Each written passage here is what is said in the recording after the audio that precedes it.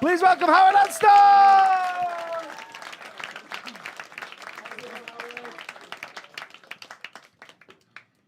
Hello. Oh, so I'll try that again. I know I sound like a fucking geography teacher on supply, didn't I then? Like, hi, Liverpool, best city in Britain. Not really, I'm just brown nosing, you know what I mean? Get them on side. My name's Howard, third best Matthew Kelly impersonator in the Northwest. Little joke for some of the older people in the room there. You lot are like, no idea who the fuck he is. You remember, don't you, pal? Yeah, he's fucking old. Look at him here. Remember Stars in Their Eyes? No. Fucking hell, Jesus. You remember that, pal, don't you? That was Saturday Night Entertainment, wasn't it? Took 10 years before I realised Celine Dion wasn't a truck driver from Skelmersdale. So, you know. It's one of the few people from that era, from my generation, who's not a paedophile. So let's just put that out. Just a lot of them are. I'm not either. Just put that out there. Just I don't know, just in case anyone's looking at me thinking he looks like a wrong 'un. Do you know what I mean? So, well, I'm of that age now where people suspect if you're out on your own at my age, people are like, what's he up to? You know, I can't walk past a school or through a park without somebody being like, is he hanging around? I'm like, I'm not hanging around. I'm just cutting across the park, mate, walking with purpose, just going to the spa. That's all. Just not even looking at any of that that's going on there. So I used to like going to the cinema on my own. Can't do that anymore either now. So can't have to sit like that with your hands up. Just like not touching myself. Just. Some woman at the back's like, he's using his elbows. I'm like, oh, fucking hell. So, all a fucking goblet of fire like that, 3 hours.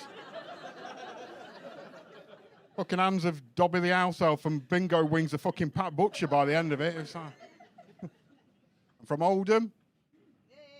Really? Are you from Oldham or do you just like shouting for shit towns? Just like cheering shit towns. Way, Stoke, way. So a little bit about myself, ladies and gents. So 17 years ago, I was homeless. I lived on the streets of Manchester for coming up for 2 years. And then last year, I bought my first house. So that was quite a thing. Thank you. I have to say, though, buying your first house in Oldham after living on the streets is one of the only places you can buy your first house after living on the streets and think, I'm not sure I'm doing that much better. I didn't move to the good bit of Oldham. I moved to the really shit bit, the one where lots of trampolines live. Do you know what I mean? It's you know you're in a shit part of town when the ratio of trampoline to person is about 3 to 1. Do you know what I mean? And with the rates of childhood diabetes in Oldham, all you see when you go out for a walk is just fat red-faced kids bouncing past the top of fences. You know what I mean? It's just like a really shit fireworks night. It's, And the mum out there, Donna, she's like, we've got a motto, it's live, laugh, love. And I'm like, well, you better pick one of the 3, Donna. He's not going to manage all of them with that. I'd go for the first one if I was a good parent, but your choice. My middle-class friends were not happy that I bought a house, though, because there's a gay homeless man, very high-scoring at minorities, top trumps at dinner parties, to be honest. So, lost some of you now, dropped out the G-bomb. Sorry about that. So. I have to be here. It's a diversity thing, so sorry. Otherwise, it's potentially just straight people in a room, and, well, nothing good can come of that. So, how the Nazis started, mate. That's just for... you know. And but I've never been a flag-waving gay. Grew up in the 80s, so, I mean, even I meet people of my own community, and I'm like, oh, fuck off a bit. Do you know what I mean? Those... I don't have a flag or anything. I'm a really shit gay, to be honest. So, and in the 80s, it was like you weren't allowed to talk about it. Teachers were not... Any teachers in? No, that's nice. Good. I want to trigger my PTSD again. And... because we were in the 80s. Any boy showed the slightest aptitude for interior design, they'd give you a copy of Razzle, send you to RE. That's how they dealt with it. So... had to keep it to yourself. So the only people who knew was me, my best friend, and a member of the local clergy.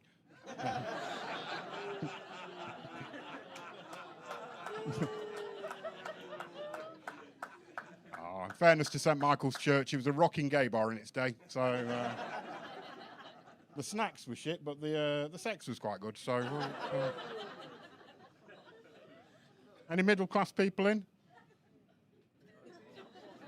No, you too. You look quite posh, to be honest, pal. You got a conservatory? No.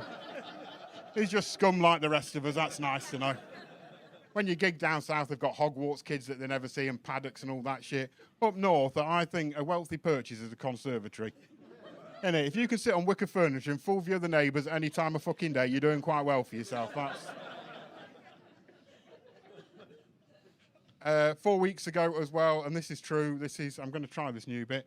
I was diagnosed as having autism, which was a bit weird. I'm nearly 48 years of age, and to be honest, what's your name, mate? Callum. To be honest, Callum, I've struggled socially and to form friendships, and I thought it was just because I'm a bit of a cunt, to be honest. It turns out, medically, I'm a bit of a cunt, so... And I'm rewarded by being allowed to get on roller coasters quicker than any nice person, which is just... I'm just going to sit on the front on my own and just be like, fuck off as I go.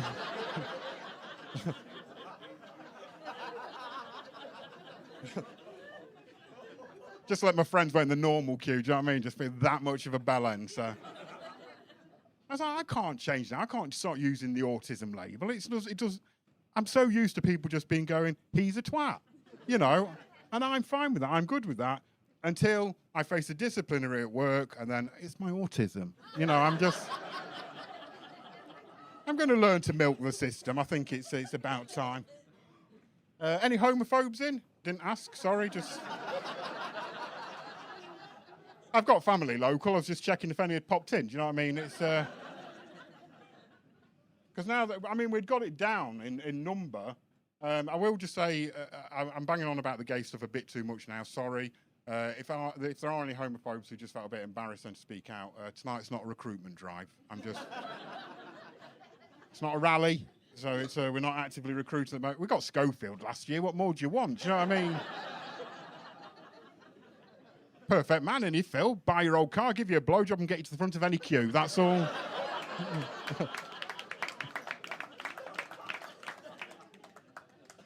I'll share one story with you from when I was homeless, and it's the weirdest homophobia I've had, because the only other homophobia in my life I know is my auntie Pat.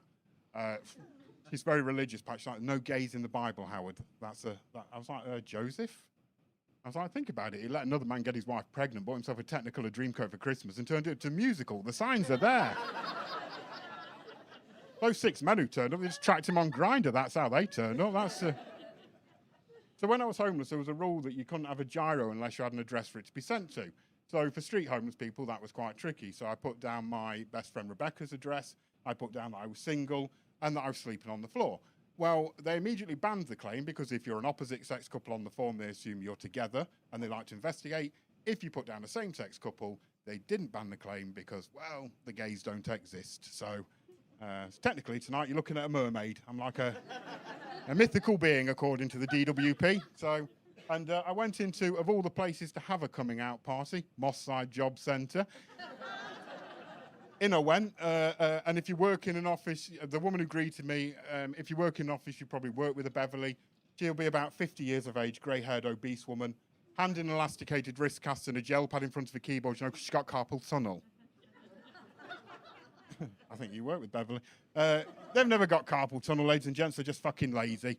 One of those ergonomically adjusted office chairs that HR has spent $5,000 on that Beverly's ruined with a sign she printed herself and stuck on the back that says, Beverly's do not adjust. Fuck 'em, they never notice. You kick that lever, they don't spot. I dropped her a whole 4 inches. And to be honest, ladies and gents, when she realised a bag of Doritos were easier to reach, she seemed a bit happier. So she said, I have to have this chair. I have a problem with my back. And I said, the only problem your back has, Beverly, is that it has to carry the rest of you around. Hey, you'll let me get away with the fat shaming when you hear the homophobia. And she went, so I sat there and I said, this is the situation. She went, we have reason to believe you're heterosexual. I said, I have firm evidence to prove, Beverly, I may be a homosexual. And she's like, and what evidence would this be? I said, well, to be honest, some rather crude photographs on my mobile, so let's not look at those here. Well, she'd heard of the gay, she'd never met one. She said, I'm going to ring a manager. I'm referring this upstairs. Okay. I don't know what that meant. I don't know. Does the manager have an encyclopedia of minorities and how to catch them out? I'm not sure what the thing was. At this point, she's straightening pictures of dogs that she adopts, stuck round a monitor of her computer. And she went, oh, it's nice to write to me, you know. I'm pretty sure they don't, to be honest, Beverly. I mean, the amount of money you're spending, they're living in the Costa del Sol. That's how that's panning out. And she sat there and she goes, my manager says, can you prove it? I said, what, being gay? I was like, well, I can, but it's going to get very weird in the middle of the job centre. So this was not a porno I was expecting to film today, Beverly. So certainly not one being directed by a woman who looks like her own last sexual experience of being pinned to the emergency exit of a stagecoach bus as the driver stopped too quickly, but here we are. And I thought, well, apart from sex, how else do you prove you're gay? I wasn't carrying any eggs, so I couldn't knock up a quiche. So